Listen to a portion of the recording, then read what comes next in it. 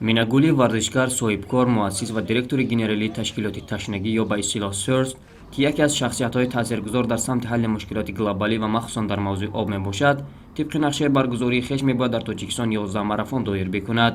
ин навбат Минагулӣ дар дораи марафони шашуми худ, ки аз маркази ноҳияи Дарвоз шурӯъ шуд, қад-қади дарёи Панҷ роҳпаймоии худро давом дода, хатти ниҳоии марафон маркази ноҳияи Ванҷ гашт. Гурӯҳи ҷавонон ва масъулини мақомоти иҷроии ҳокимияти давлатии ноҳияи Ванҷ дар якҷоягӣ бо бахши Қурбоҷавонон ва варзиши ноҳия меҳмононро истиқбол гирифтанд. маврид ба зикр аст, ки марафони анҷомедодаи варзишгар аз марафонҳои маъмулӣ ба куллӣ тафовут дорад ва ӯро ба истилоҳ экомарафон низ мехонанд. то имрӯз ӯ дар 50 кишвар ҳузур пайдо намуда 858 марафонро доир кардааст.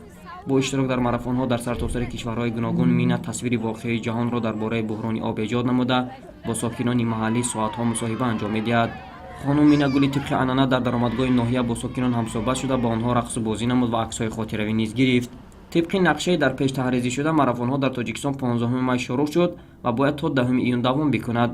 дар ин муддат ҳайати гурӯҳи иштирокчиёни марафон бо манбаъҳои обии Тоҷикистон, аз ҷумла Кӯли Сарез, Пиряхи Федченко, нерӯгоҳҳои барқии обии Роғуну Норак, мавзеъҳои сайёҳии Тоҷикистон ошно мешавад ва дар ҷанбаст дар конфронси байналмилалӣ бахшида ба 10-солаи байналмилалии амалоб барои рушди устувор, ки 6-8 июн дар назар аст, ширкат хоҳад кард.